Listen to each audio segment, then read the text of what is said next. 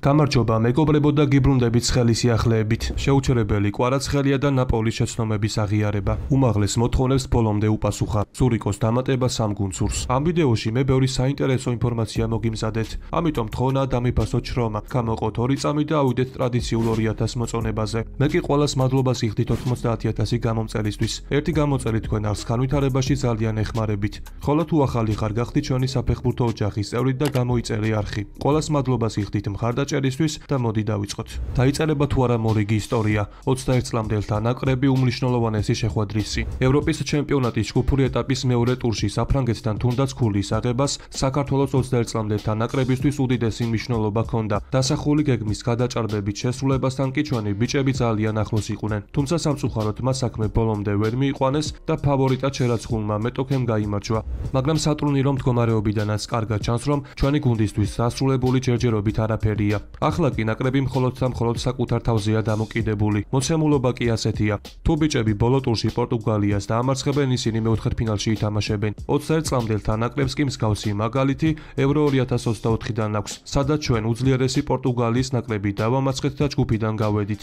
ახლა კი სწორედ მსგავსი ისტორიის დაწერა ახალგაზრდულ ნაკრებს შეუძლია. რა თქმა უნდა, შეუძლებელი არაფერია და ჩვენ ბოლომდე უნდა ვიბრძოლოთ. ამიტომ თხოვნა რომ კომენტარებში ერთად გავამხნევოთ ბიჭები და დავწეროთ #წინ გამარჯვებისკენ. მე კი გეტყვით რომ ეს შეხვედრა ხვალ, კერძო 17 ივნის გაიმართება. სპეციალური ვარჯიშები კაპიტანი ამერიკისთვის, ცნობილია სპორტინგის გეგმა ქოჩორაშვილისთვის. გიორგი ქოჩორაშვილი თავის ახალ კლუბს ლისაბონის სპორტინგს 1 ივლისიდან შეუერთდება. ამ დღიდან კი სეზონისთვის მზადებას დაიწყებს. პორტუგალიური გამოცემა რეკორდი კი წერს, რომ კლუბმა ქოჩორაშვილისთვის სპეციალური პროგრამა შეიმუშავა, რომლითაც ქართველი ნახევარმცველი მოემზადება. ის კი მაქსიმალურად არის მისათამაშო პროფილსა და უნარებს ემორგებული. ლისაბონური კლუბი გეგმავს, რომ ქოჩორაშვილი ქომაგების წინაშე საუკეთესო კონდიციებში წარსდგეს. ამასთან დაკავშირებით კი ეს გამოცემა დეტალურად შემდეგ ინფორმაციას გვაწვდის. უმაღლეს დონეზე რომ გამოხვიდე, საამისოდ ნებისმიერი დეტალი ზედმიწევნით შესრულებაა საჭირო. ყველაფერს უდიდესი მნიშვნელობა უნდა მიანიჭო. ეს კი კაპიტანმა ამერიკამ გიორგი ქოჩორაშვილმა ძალიან კარგად იცის. ჩვენი ინფორმაციით ქოჩორაშვილი უკვე დიდი ენთუზიაზმით ემზადება და იმ გეგმას მისდევს, რომელიც კლუბმა მას გადასცა. ქართველი კი სეზონის სტარტს მოუთმენლად ელოდება. წერია გამოცემაში. 2024 წლის ზაფხულში ქვედალიგაში დაქვეითებულმა ბორდომ, რომელსაც მოგვიანებით უკვე პროფესიონალური კლუბის სტატუსის ჩამოართვეს, ლიგა 1-ის გუნდებში 2 ფეხბურთელი გაასხვისა. ზურიკო დავითაშვილმა ჟირონდადან სენტ-ეტიენში გადაინაცვლა, ხოლო კარლი იოჰანიონსონმა კონტრაქტი სტრასბურგთან გააფორმა.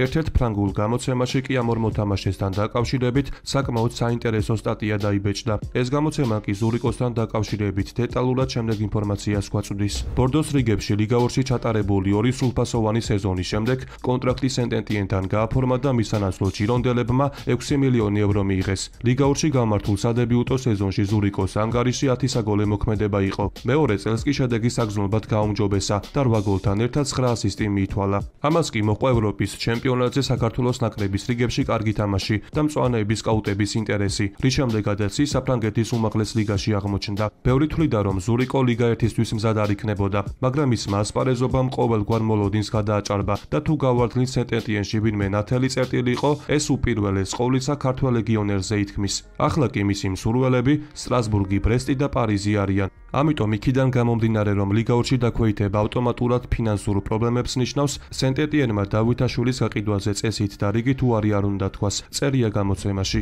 გოგლიჩიძე ემპოლის დასატოვებლად ემზადება. საქმეში 6 კლუბია. საქართველოს ნაკრებისა და ემპოლის 20 წლის მცველი საბა გოგლიჩიძე მიმდინარე სატრანსფერო ფანჯრის დროს ტოსკანურ კლუბს 100%-ით დატოვებს. დადასტურებულად შეგვიძლია იმის თქმა, რომ ახალგაზრდა ფეხბურთელი ახალ სეზონს ახალ გუნდში დაიწყებს. გოგლიჩიძის მიმართ სერიას კლუბების ინტერესი საკმაოდ რეალურია. თუ ადგილობრივ გამოცემებს დაუჯერებთ, საქმეში არც მეტი, არც ნაკლები 6 კლუბია.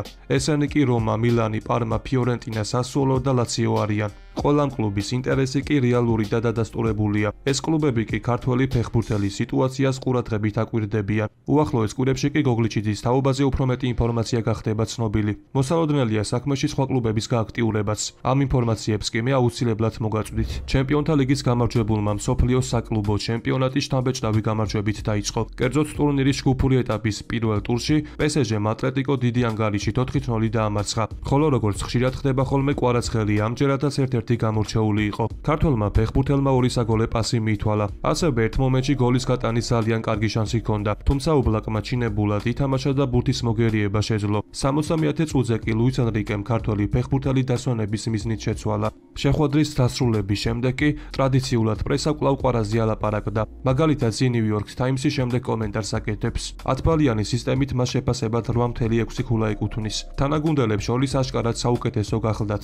რთულია მისი მსგავსი ისეთი ფეხბურთელის მოძებნა, რომელსაც მომქანცველი სეზონის შემდეგ ასეთი ინტენსივობით შეუძლია თამაში და გუნდისთვის სარგებლის მოტანა. წერია გამოცემაში.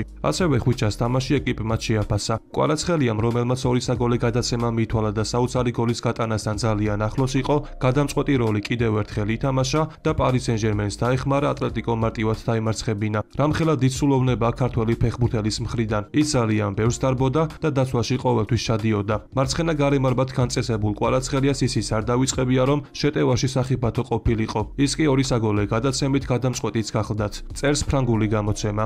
ამ გამოცემამ კი კვარაცხელიას თამაში 8 ქულით შეაფასა, რაც ორივე გუნდში საუკეთესო შეფასება. ასევე ქართველ ფეხბურთელზე კომენტარი ატლეტიკოს თავკაცმა დიეგო სიმეონემაც გააკეთა.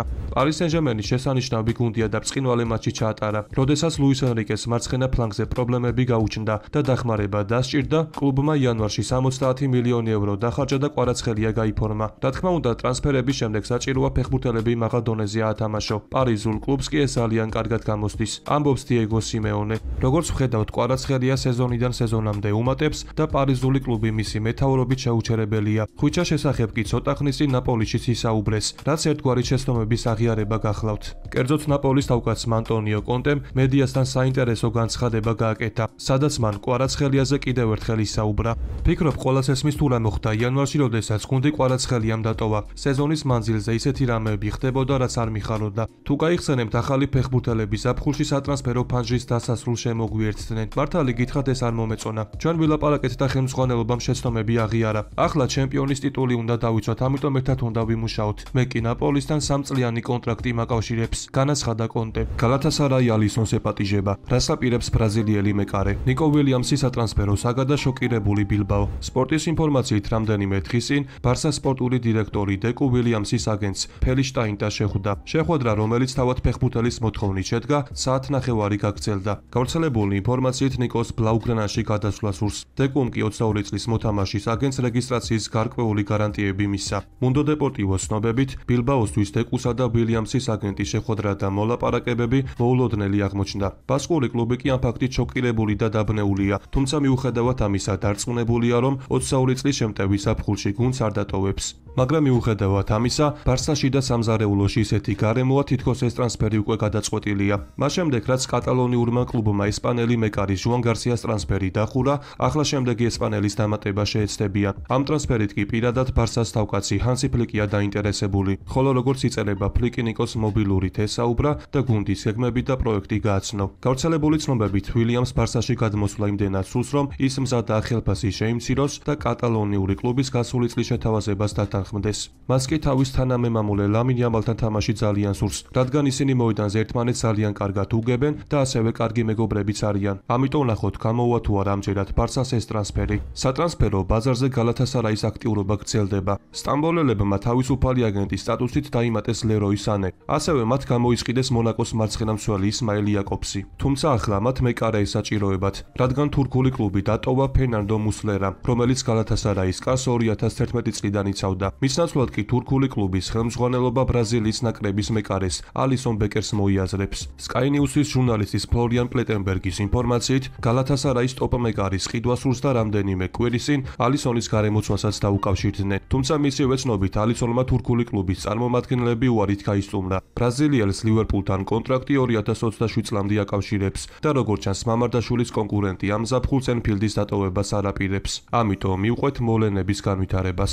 დღევანდელ ვიდეოს კი ამით დავასრულებ. მოტივაციისთვის კი თხოვნა, რომ ავიდეთ მინიმუმ 2000 მოწონებაზე. ასევე გამოიწერე არხი, რათა იყო მუდმივად საქმის კურსში. ყველას გისურვებთ ჯანმრთელობას და ბედნიერებას. მე კი მომავალი ვიდეოთი ძალიან მალე დაგიბრუნდებით.